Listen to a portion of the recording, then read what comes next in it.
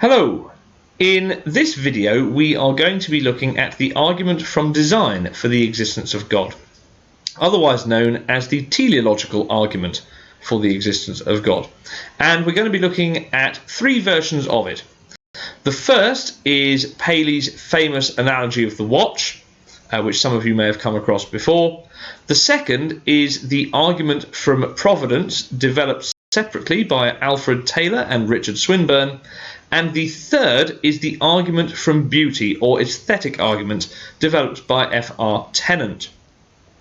Now, it's important to be aware that David Hume actually anticipated Paley's analogy of the watch with his own design argument, but he had very different ideas in terms of what he was trying to do. He was actually trying to undermine this kind of argument by showing that it's not an effective argument for the existence of God. We'll come to that later. I will, however, just introduce you to Hume's version first before going on to looking at Paley's argument in more detail. So, the argument from design essentially tries to establish God's existence from looking at facts about the world. And in this respect, it is an empiricist argument because it relies on experience to do that. It relies on us looking around and observing what there is. And this is in stark contrast to the ontological argument developed by Anselm, which tried to prove the existence of God purely by reflecting on the concept of ultimate perfection, which Anselm believed, and Descartes and others, had been put there by God. Right? So that argument, the ontological argument, does not require experience. It just requires an innate understanding of ultimate perfection. So there's a definite distinction that you can draw between these two arguments. Okay, the design argument is largely an empiricist argument, and the ontological argument is largely a rationalist argument. Now, as I've said, there are three basic arguments: the classic Paley's watch argument, the argument from providence, which is otherwise known as the anthropic argument, and this suggests that the universe and nature provides for the needs of intelligent beings. And finally, the argument from beauty, or the aesthetic argument, which suggests that God has given us the ability or the appreciation of beauty, and that this isn't an evolutionary thing, because evolutionary objectives could be achieved quite easily without an appreciation of beauty. So let's now look at Hume's version of the argument to begin with. And as I say, this is the one that anticipated Paley's version. And this is how Hume sets it out in his dialogues concerning natural religion. He says, "The curious adapting of means to ends throughout all nature resembles exactly, though it much exceeds, the productions of human contrivance, of human design, thought, wisdom, and intelligence." In other words, human beings are able to design things, and they're relatively sophisticated. But if you take the universe as designed also, that shows a phenomenal degree of intelligence that human beings could never match. Right? That intelligence far exceeds the productions of human beings. Okay. Now, Hume was obviously then going on to undermine this design argument, but Paley took it and actually has used it to try to show that God does exist, that there is an intelligent designer.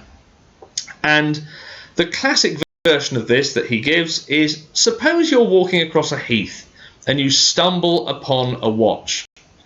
Even if you've never seen a watch before, close examination of it would reveal that it's got an intricate mechanism. And from that, you can infer the existence of a designer. Not only that, but you will realise that it has some specific purpose. So you can, set out to find what that is. Not only that, but once you've inferred the existence of the designer, right, you can also say something about the intelligence of that designer. if the mechanism is fairly sophisticated and complex, you can say that the designer must have been a fairly intelligent being.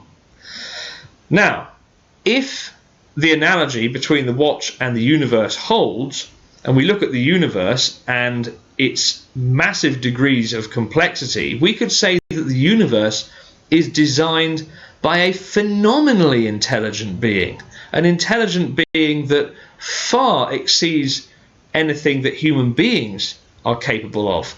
All right?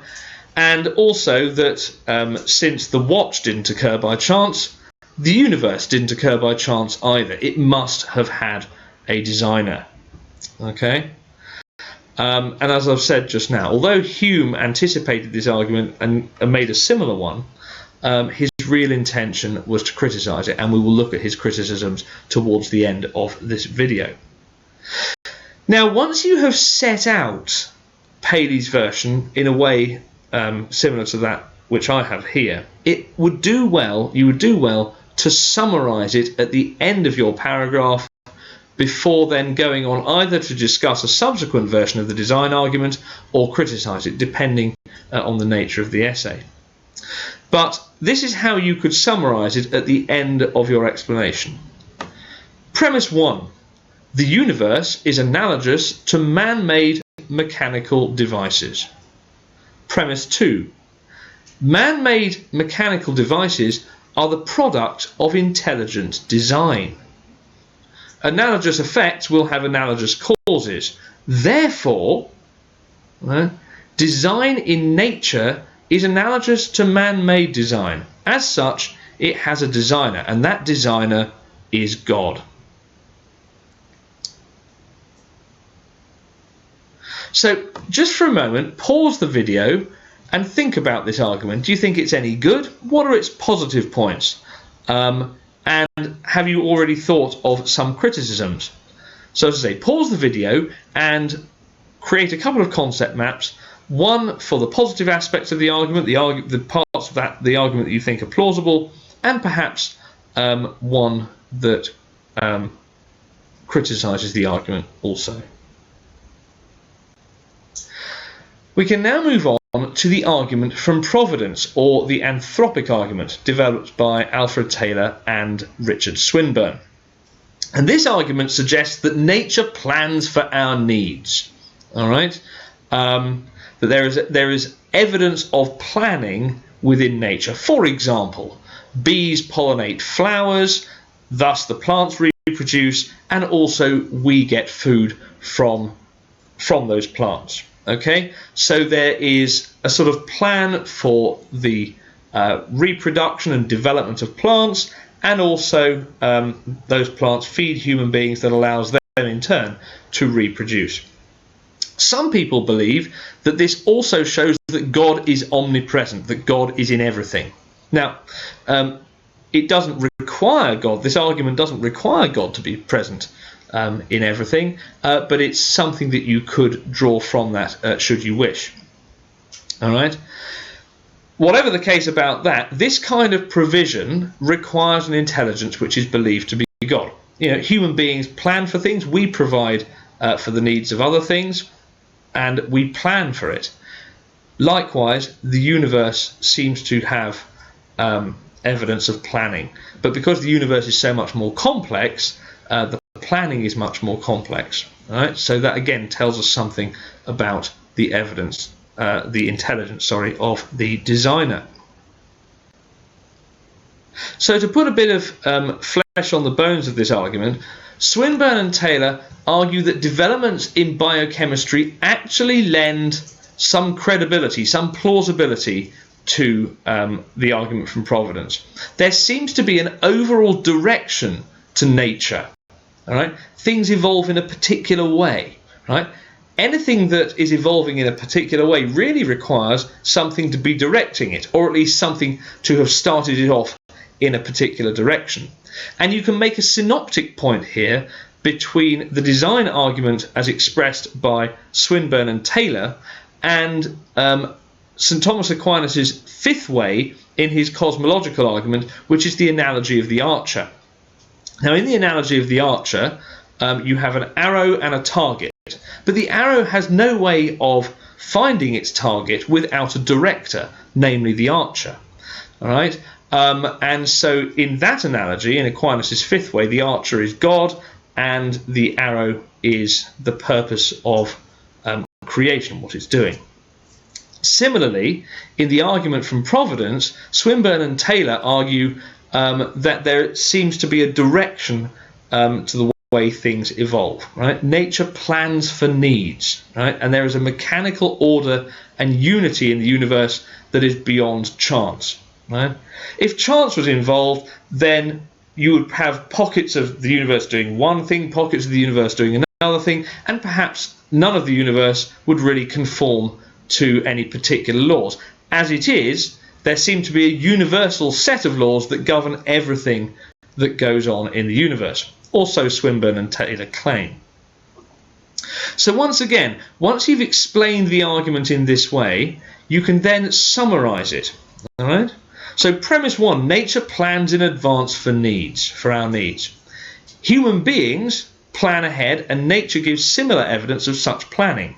Now, human beings have minds, right? They have intelligence that allows them to do this. Now, the mind itself cannot be explained by evolution, since evolution requires a mind which imposed it. In other words, there needs to have been a mind to actually develop the human mind in the first place. And then, obviously, once that mind has developed, the human mind can do its own planning. Okay? So that's sort of slightly complicated thought, but there needs to be something that has directed evolution towards the development of a mind, towards the development of intelligence. And for that to have occurred, there must have been a primary and designing intelligence. All right? So human beings cannot simply be explained by evolution, since human beings do not just adapt to their environment, they transform it. Think about how we have transformed the Earth in our short time on it, or relatively short time on it. All right, especially since the Industrial Revolution, we've completely transformed much of the land. If you look at the big cities and how they differ from rural areas, all right, it's a total transformation. All right, we haven't just adapted to our environment; we've transformed our environment as well. Let's now move on to the argument from beauty developed by F.R. Tennant. And this is a variation on the argument from providence. And it is the idea that there is beauty throughout the universe. Okay, that this shows something of God's character, that he has allowed or developed in human beings an appreciation of beauty. And we can see this because different people appreciate different things, all right? And beauty can be found in both the smallest and the largest things. It can be found in works of literature, it can be found in logic, it can be found in mathematics, it can be found in beautiful landscapes, and so on. And it can be found in emotion, all right? So there's all sorts of beauty to be appreciated, and of course not everyone appreciates every aspect, but most people do appreciate something as beautiful. Right? And Tennant argues that there's no real evolutionary advantage to the appreciation of beauty, or at least nothing that couldn't be done by another means. Okay, so this shows that God must have an aesthetic sense, and God must also want us to appreciate his creation. All right? So that in essence is Tennant's argument. The idea that there is beauty throughout the universe. Now, let's now move on to objections to these arguments. And the first objections that we're going to come across, particularly in relation to William Paley's version of the teleological argument, is that even if we accept the analogy, even if we accept that the universe does have a designer, it doesn't actually tell us what kind of being that designer is. It tells us, for example, nothing about the designer's moral character. Does the designer, for instance, possess omnipotence, omniscience, and omnibenevolence. Right? There's nothing in the design in nature that would seem to suggest that God is all-powerful, all-knowing, and all-loving. Certainly, God is powerful, right? But all-powerful? And again, certainly God is knowing, but all-knowing. There seem to be things that go wrong in nature that would seem to suggest a level of ignorance.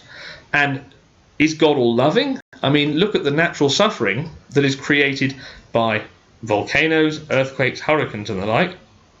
These seem to show design faults, or they show that God really isn't all-loving and he doesn't much care whether his conscious creations have suffered. Similarly, there are problems with the human body. Body develops cancer, for example. This doesn't seem to be a good aspect of design. It causes suffering. So either God is, or the designer is sloppy, right, and ignorant, or they just don't really care about their creation that much.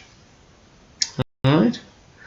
Then, of course, there's the question of comparing a machine to the whole of the universe. Right? So Paley's watch is essentially a small machine. What gives us the right to compare essentially a small and limited machine to the entirety of the universe? And on what grounds can we say that the universe has an overall purpose or is working towards an overall purpose? We can say that the watch's purpose is to tell the time, but how are we ever going to know whether or not the universe has a purpose? The only way that we could really establish that would be to sort of view the universe from the outside, in much the same way as we view the watch from the outside. But of course, we can't do that because we are actually within the universe. Okay? So, as promised, let's now look at Hume's objections. Now, Hume raises substantial objections again to Paley's version of the design argument. He says that an analogy is only good if the similarity between the two things being compared is great. All right? So the authority of the design argument depends on the quality of the analogy. And Hume doesn't think that quality is very good. In fact, he says it's poor, because a watch is just made of little metal and plastic mechanical parts, say, whereas the universe contains organic matter, and it contains a whole range of other materials other than that. And so it's not really like a machine at all, right? Because it's more, certainly in the world, is more organic than mechanical, right? So it's not a good analogy. And if the analogy is not good, then that's the basis for the whole argument. And if that's not good, the argument just falls apart, all right? And Hume goes on to point out that within any kind of machine, we understand all the workings, but we don't understand all the workings of the universe. Some things appear to happen at random. A modern version of that might have been quantum mechanics, although, of course, Hume was far too early to appreciate quantum mechanics. So in the universe, things happen at random. In a watch, they don't. So again, it's about questioning the analogy.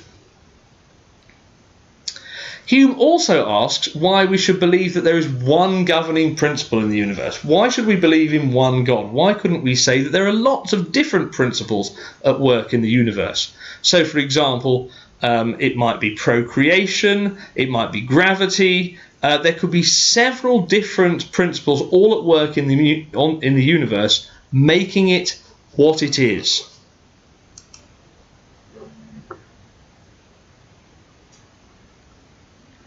Let us now look at some further objections.